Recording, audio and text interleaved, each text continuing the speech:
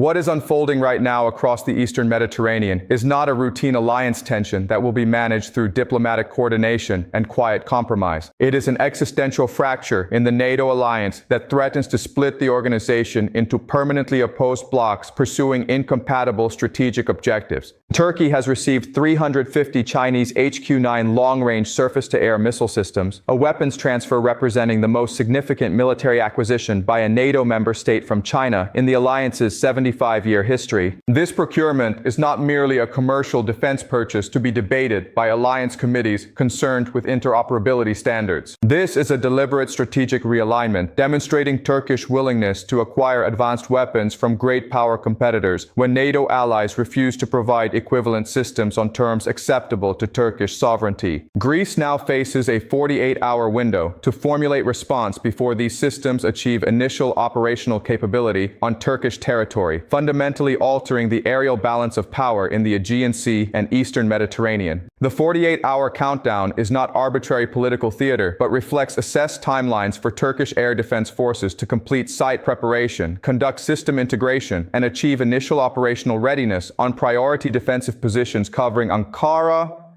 Istanbul, and key military installations along the Turkish coast facing Greek islands. NATO is not managing this crisis through established alliance coordination mechanisms. NATO is fragmenting into opposed coalitions, with some members supporting Turkish sovereign right to pursue independent defense procurement, while other members demand sanctions and potential suspension of Turkish membership for acquiring strategic weapons from an alliance adversary. The split is not diplomatic nuance that careful statements can paper over. It is fundamental disagreement about whether NATO remains a collective security alliance with shared strategic objectives or has become a hollow political shell containing members with directly opposed interests who cannot agree on basic questions about alliance purpose and membership obligations. If this channel has been exposing the manufactured consensus about Western alliance unity, while mainstream analysis pretends that internal contradictions can be indefinitely deferred, subscribe immediately, activate notifications, and share this with everyone who understands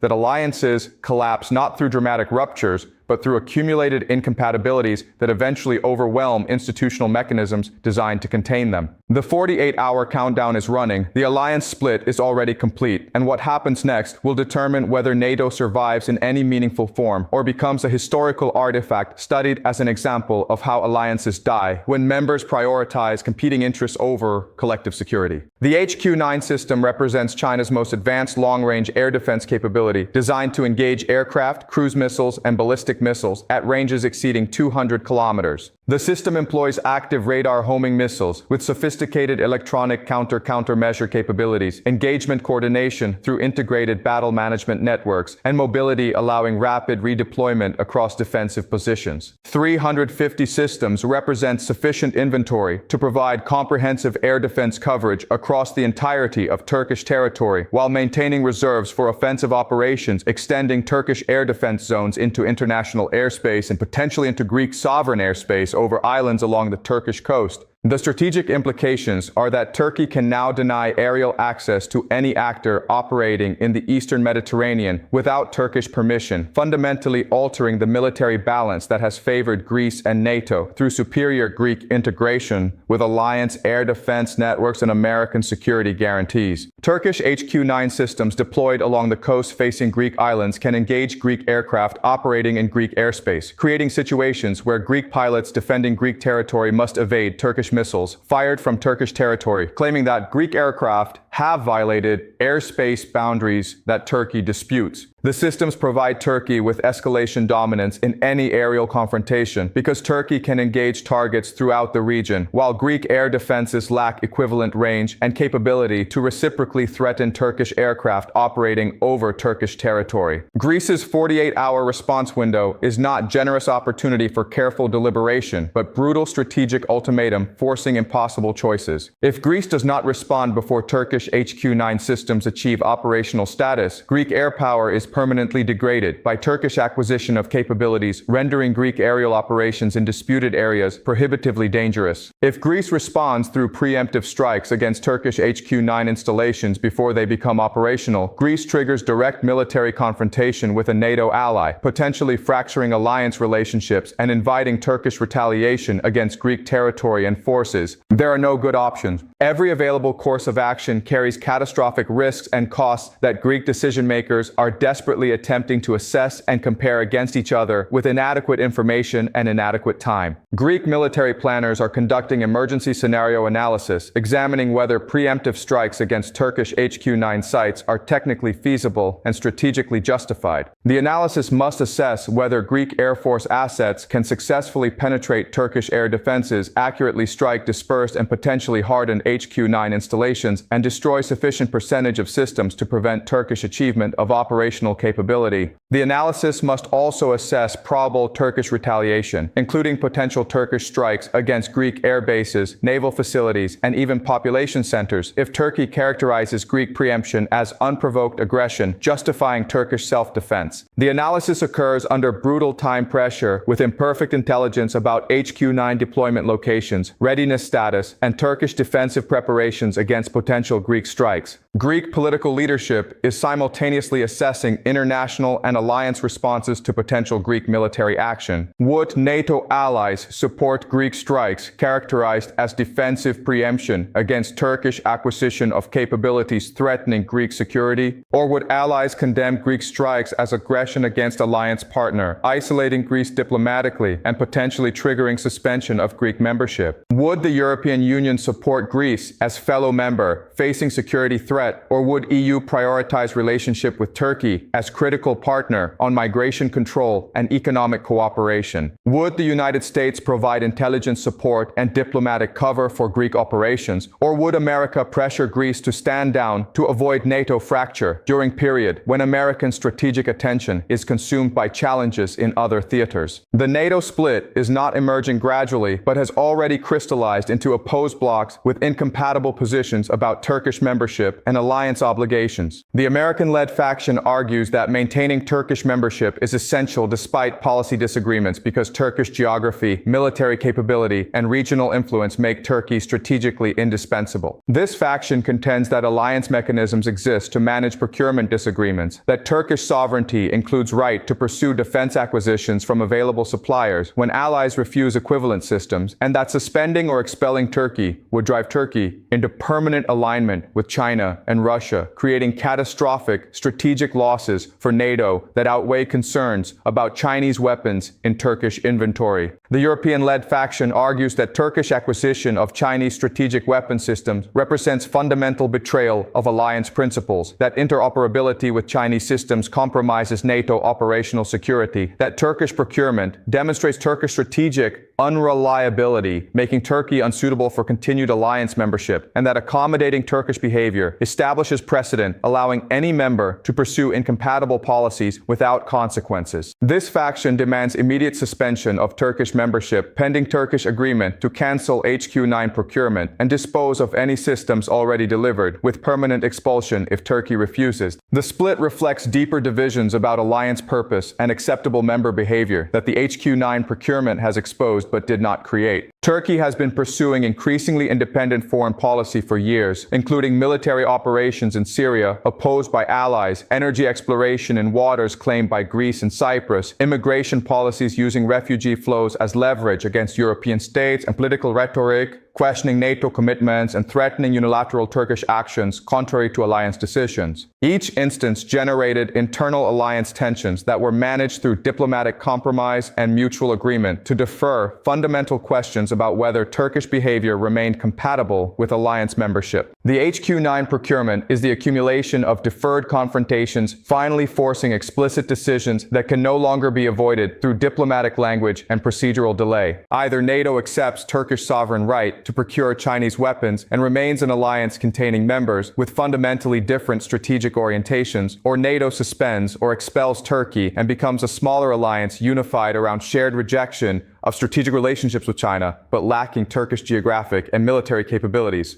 There is no middle ground that preserves both Turkish membership and alliance consensus against Chinese weapons procurement. American strategic calculations prioritize preserving Turkish alliance membership despite profound misgivings about Turkish procurement decisions. American assessments conclude that Turkish control of the Bosphorus Straits, Turkish military bases providing access to Middle Eastern and Caucasus theaters, and Turkish military capabilities, including the second largest army in NATO, create strategic value exceeding costs of accommodating Turkish procurement of Chinese systems. American officials are privately pressuring European allies to accept Turkish HQ-9 acquisition, arguing that alliance cohesion requires tolerating member policies that America disapproves but cannot prevent without triggering worse outcomes, including complete Turkish strategic realignment away from the West. European strategic calculations increasingly prioritize alliance integrity and shared values over geographic inclusion of members whose policies undermine alliance cohesion. European officials argue that accepting Turkish procurement of Chinese strategic weapons establishes precedent enabling any member to pursue relationships with adversaries without facing meaningful consequences, that such acceptance renders alliance meaningless as collective security organization, and that preserving alliance requires willingness to suspend or expel members whose behavior threatens fundamental alliance interests, even if that member possesses significant military capabilities. If analysis this sharp about alliance fractures that official statements attempt to minimize is valuable, subscribe now and share this with everyone who needs to understand that NATO is not experiencing manageable tension, but existential crisis whose resolution will determine whether the alliance survives in any meaningful form. The 48-hour window is not merely about Greek response options, but about alliance decision point that has been approaching for years and can no longer be deferred.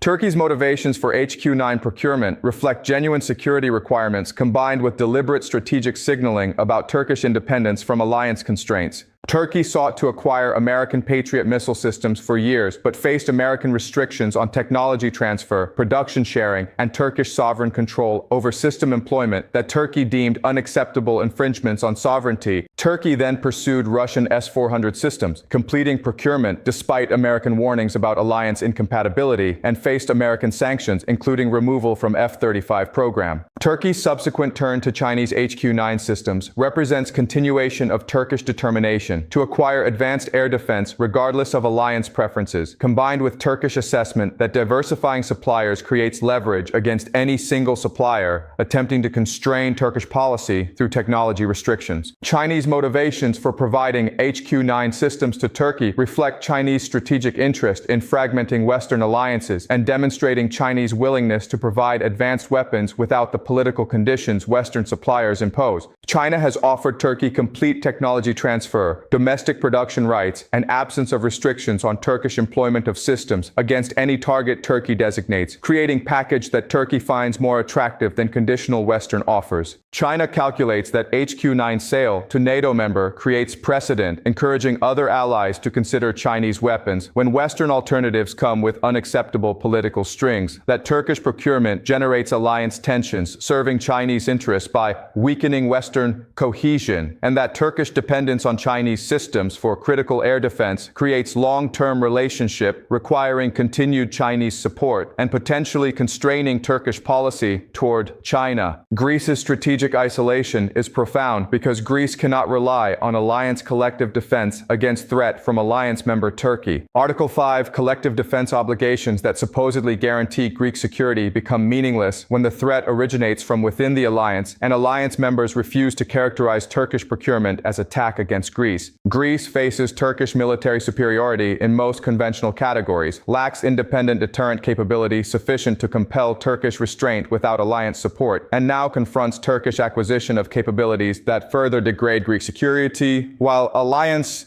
mechanisms provide no effective response. Greek options beyond the 48-hour response window are uniformly unattractive. Accept Turkish HQ-9 deployment as permanent reality, concede Turkish aerial dominance in the eastern Mediterranean, and hope that Turkish restraint prevents employment of capabilities against Greek interests. Pursue arms race through Greek acquisition of equivalent or superior systems, accepting massive fiscal costs that Greek economy cannot sustain, and creating escalatory spiral that increases rather than reduces conflict risk. Seek alternative security guarantees outside NATO framework, potentially from bilateral arrangements with France or other European states willing to provide explicit security commitments independent of alliance mechanisms that have proven inadequate. The 48-hour countdown is not merely operational timeline, but symbolic representation of alliance failure to manage internal disputes before they escalate to crisis. NATO possessed months of advance warning that Turkish HQ-9 procurement was proceeding, conducted multiple alliance consultations attempting to dissuade Turkey or negotiate alternative solutions, and failed to achieve any outcome preventing the current crisis. The countdown represents the point where diplomatic process has exhausted without resolution, and hard choices about military action or acceptance of adverse strategic outcomes can no longer be deferred. Regional actors beyond Greece and Turkey are assessing implications for their own security arrangements and alliance relationships. Bulgaria, Romania, and other Black Sea NATO members are evaluating whether Turkish precedent enables their own independent procurement from non-traditional suppliers without alliance constraints, and whether alliance collective defense commitments remain credible if alliance members can acquire weapons from alliance adversaries without facing suspension or expulsion. Cyprus, which is not NATO member but maintains close security cooperation with Greece, faces increased Turkish military pressure and reduced prospect of international support for Cypriot resistance to Turkish territorial claims in the eastern Mediterranean. Israel conducts assessments about implications for Israeli military planning if Turkish air defenses can now challenge Israeli aerial operations throughout the eastern Mediterranean region that Israel has historically treated as accessible for Israeli military operations against Iranian weapons transfers to Hezbollah and other operations. The alliance split over Turkish HQ-9 procurement represents broader crisis about whether Cold War-era military alliances remain viable in multipolar international system where members possess divergent interests, face different threats, and maintain varying relationships with major powers, including alliance adversaries. NATO was designed for a world where members shared common Soviet threat and accepted American leadership in exchange for American security guarantees.